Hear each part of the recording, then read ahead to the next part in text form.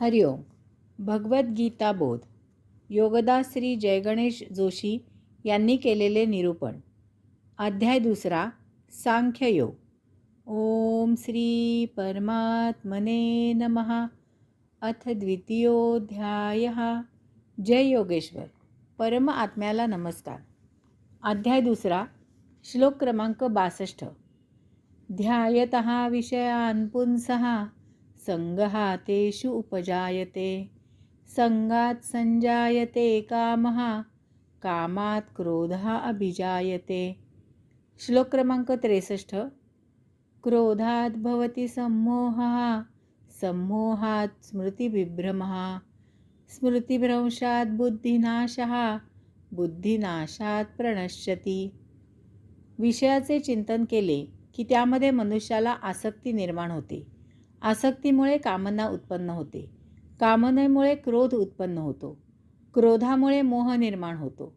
मोहामुळे स्मृतिभ्रंश होतो. स्मृतिभ्रंश झाल्यामुळे बुद्धीचा नाश होतो. बुद्धीचा नाश झाल्यावर मनुष्याचे पतन होते.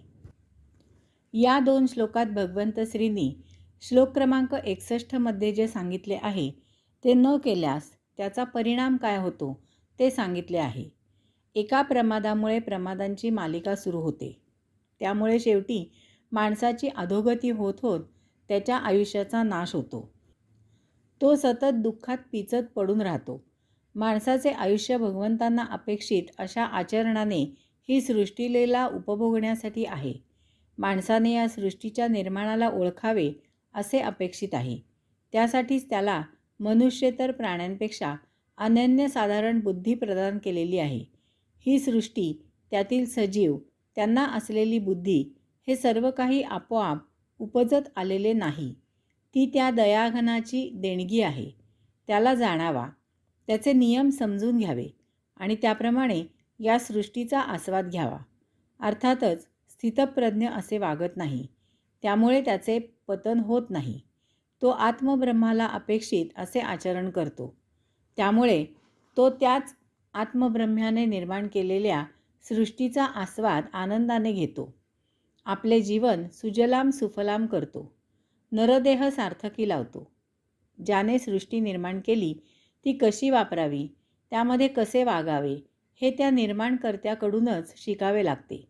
ज्याने यंत्र निर्माण केले त्यालाच विचारून ते त्याप्रमाणे वापरावे लागते.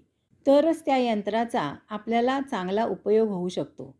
ध्यायतः विषयान् पुंसः संगहातेषु उपजायते. विषयाचे चिंतन केले की त्यामध्ये मनुष्याला आसक्ती निर्माण होते. जेव्हा आपण एखाद्या विषयाच्या संपर्कात येतो तेव्हा स्वाभाविकच त्या विषयासंबंधी आपण विचार करू लागतो. हळूहळू रोज पाहून पाहून त्या विषयाच्या सहवासाने आपल्याला त्या विषयात रस गोडी निर्माण होते. सहवासाने आपुलकी निर्माण होते. मग आपण तो विषय आपल्याला कसा प्राप्त होईल याचे चिंतन करतो. तो विषय प्राप्त व्हावा यासाठी प्रयत्न करतो. तो विषय कसा उपभोगावा याचे चिंतन करतो. तसेच तो विषय उपभोगून झाला की त्याचे आपण चिंतन करतो. वा, काय मजा आली. त्या उपभोगाच्या आठवणीत रममाण होतो. अशा प्रकारे तो विषय सेवन केल्यावर, तो विषय आवडल्यामुळे तो विषय पुन्हा पुन्हा प्राप्त व्हावा अशी गोडी निर्माण होते आणि मग त्या विषयाची आसक्ती निर्माण होते. आसक्ती निर्माण झाली की तो विषय परत परत प्राप्त व्हावा यासाठी प्रयत्न सुरू होतात. दारू न पिणारा मनुष्य दारू पिणाऱ्यांच्या सहवासात सतत राहिल्यास त्या दारुड्यांच्या आग्रहाला बळी पडून प्रथम किंचित चव घेऊन पाहतो. सतत त्या सहवासात राहिल्याने हळूहळू त्याला दारू आवडू लागते. मग तो दारू नेहमी मिळावी म्हणून प्रयत्न करतो. त्याला दारूत आसक्ती निर्माण होते. सिगरेट ओढण्याची, बाहेरख्यालीपणाची सवय अशीच लागते. आपण एखादी गोष्ट प्रथम पाहतो त्यावेळी ती गोष्ट आवडल्यामुळे आपल्या तोंडून सहजच उद्गार येतात. वा, किती सुंदर, अप्रतिम. वा, आता यात विशेष असे काही नाही. परंतु यामुळे त्या आवडलेल्या गोष्टीच्या आसक्तीचे बीज आपोआप रुजते. नंतर जर संधी आली की ती गोष्ट आपण निश्चितच पुन्हा पाहतो. बीजाला अंकुर फुटू लागतो. संधी न मिळाल्यास ती गोष्ट स्मृतीत तशीच पडून राहते. हेच संचित भोग असतात. त्याचे संस्कार जन्मोजन्मी शिल्लक राहतात. अतृप्त राहतात. परमात्मा अव्यक्त आहे. आपण सृष्टीचा ती जशी आहे तसा तिचा आस्वाद घ्यावा. साक्षी अव्यक्त राहून कैवल्यानंद घ्यावा. संज्ञात संजायते कामः. आसक्तीमधून कामना निर्माण होणे स्वाभाविकच आहे. आसक्ती तयार झाली की ती शांत गप्प थोडीच राहू शकते. आसक्ती लगेच वस्तुप्राप्तीची इच्छा आकांक्षा व्यक्त करते. हीच कामना असते. मनुष्य आसक्ती निर्माण झालेली वस्तू प्राप्त करायच्या कामाला लागतो. तो 1000 विघ्न पार करतो, पण वस्तू मिळवण्याच्या प्रयत्नाला लागतो. वस्तू न मिळाल्यास त्याची अपूर्ण कामना त्याच्या मनात खोलवर रुतून राहते. भोगवासना संचित होतात. कामात क्रोध हा अभिजायते. कामना पूर्ण झाली नाही की माणसाला स्वाभाविकच क्रोध येतो. इच्छेत अडथळा झालेला सहन होत नाही. ती वस्तू दुसऱ्याला मिळाली तर त्याच्यात द्वेष मत्सर निर्माण होतो आणि सुडाची भावना तयार होऊन ती जोपासली जाते. यातूनच प्रमाद घडतात. प्रसंगी खून केले जातात. आपल्याला न मिळालेली वस्तू दुसऱ्यालाही मिळू देणार नाही अशी भावना प्रबळ होते. एवढेच नव्हे तर ती वस्तू इतर कोणाला मिळू नये म्हणून ती वस्तूच नष्ट केली जाते. क्रोधात भवती सम्मोहः. क्रोधामधून मोह निर्माण होतो. मूढता येते.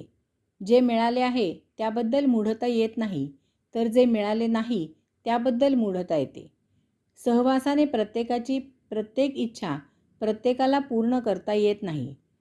त्याची कारणं अनेक असतील. ती आंतरिक किंवा बाह्य असतील. त्यामुळे जवळ राहूनही क्रोध येतो आणि जवळ न राहिल्यानेही क्रोध येतो.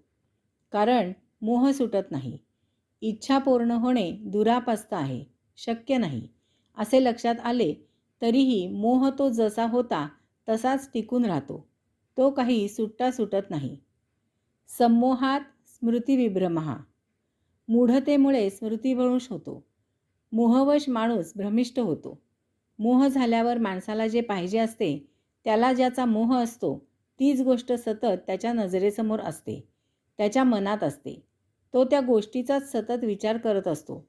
यामुळे वस्तुस्थितीचे त्याला भान नसते. त्याला आवडलेली वस्तूच त्याच्या नजरेसमोर त्याला सर्वत्र दिसू लागते. स्मृतीमधून प्रत्यक्ष काय आठवते आहे त्यापेक्षा त्याला काय आठवायला पाहिजे आहे तेच त्याला आठवते. असा माणूस वेडा होतो. एकतर्फी प्रेमातून असे वेडे झालेले आपण पाहतो. त्याला प्रत्येक व्यक्तीत त्याची प्रेयसी दिसत असते. पैशाचा मोह असलेल्याला सतत व्यवहार पैसा दिसत असतो. तो पैशासाठी वेडा झालेला असतो. अफलातून नगरीतील एका कोट्याधीशाला हृदयरोग झाला. त्याला डॉक्टरांनी सांगितले की हृदयाचे ऑपरेशन करावे लागेल. त्यासाठी 3 लाख रुपये खर्च येईल. त्यावर तो धनिक म्हणाला की त्यापेक्षा मला मरण आलेले चालेल, कारण 3 लाख रुपये गमावून जगणे मला शक्य नाही. स्मृतिभ्रंशात बुद्धिनाशः. स्मृतिभ्रंश झाला की बुद्धीचा नाश होतो. संयम विवेक राहत नाही. ताळतंत्र सुटतं. भ्रमिष्ठावस्थेत त्याला वस्तुस्थितीचा पोच राहत नाही. त्याची बुद्धी चालत नाही. कामांध स्वतःच्याच अपत्यावर बलात्कार करतो. एखादा असा वेडा एकतर्फी प्रेमातून खून करतो. आपल्याला न मिळालेले इतरांना मिळू नये असे म्हणून वेडा विध्वंसक होतो. बुद्धिनाशात प्रणश्यती. अशा प्रकारे बुद्धीचा नाश झाल्यामुळे त्याचा आणि त्याच्या सर्वस्वाचा नाश होतो. त्याच्यामुळे इतरांचाही नाश होतो. त्याच्याशी संपर्कात आलेल्यांना झळ पोचते. रावणाने त्रिभुवनकीर्ती सीतेला पाहिले तेव्हा तिच्या सौंदर्याचा तो विचार करू लागला. त्याचे चिंतन सुरू झाले. त्याला सीतेची आसक्ती निर्माण झाली. आसक्तीमुळे त्याच्यात सीतेची कामना तयार झाली. त्यासाठी त्याने प्रयत्न केला, परंतु सीता न मिळाल्यामुळे त्याला क्रोध आला. क्रोधामुळे तो भ्रमिष्ट झाला. क्रोधामुळे त्याला मोह निर्माण झाला. मोहातून स्मृतिभ्रंश झाला. त्याची बुद्धी काम करेनाशी झाली. याचा परिणाम म्हणजे त्याने स्वतःच्या प्रजेचा नाश ओढवून घेतला. स्थितप्रज्ञ मूलतःच विषयाचे चिंतन करत नाही. विषय जसा आहे तसा तो स्वीकारतो. त्यावर तो व्यक्त होत नाही. त्यामुळे पुढील प्रमाद होत नाहीत. तो आयुष्याला साक्षी राहतो. सृष्टीचा आस्वाद घेतो. कैवल्यानंदी विहार करतो. नरदेह समृद्ध करतो. स्थितप्रज्ञ हा असा समाजात व्यक्त होतो. हरिओम.